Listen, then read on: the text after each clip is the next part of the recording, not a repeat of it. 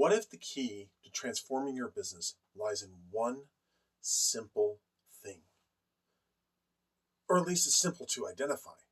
It might be something complex seeming, but at one point in your system's flow, there's a place where you can make one change and improve your overall and entire business, and even set yourself up for further growth and development and flow through your entire process.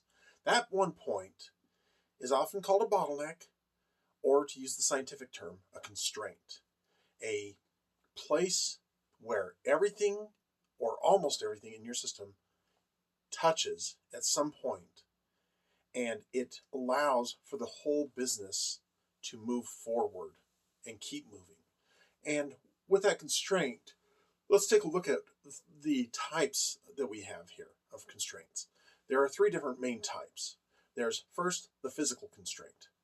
And this can be a machine, this can be a person, this can be some other physical resource or ability resource that you might be lacking that would help your system, again, be able to move forward. And it's being used 100% of the available time. That's what a constraint means.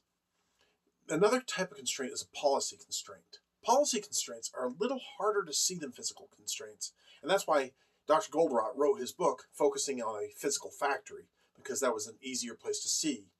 And the thing is that with a physical constraint, you want to use it more and better, but with a policy constraint, you want to remove it.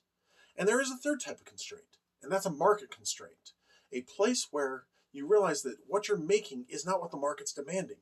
And we also see that in the book, The Goal, as they're making parts that nobody's actually requiring. So those are the three kinds of constraints. How do you identify one? You can look at your overall process and find that bottleneck. Look at the flow. That'll help you find the bottleneck. It'll help you see where the inventory is piled up. And then finally, you can also ask your people. Just ask them, say, what's the worst part about the process of the way we do things here? Because by identifying that constraint, by applying scientific processes and identifying that constraint, we can find out what we need to change in order to help our overall process improve. And it will improve by percentages, in large percentages, very quickly.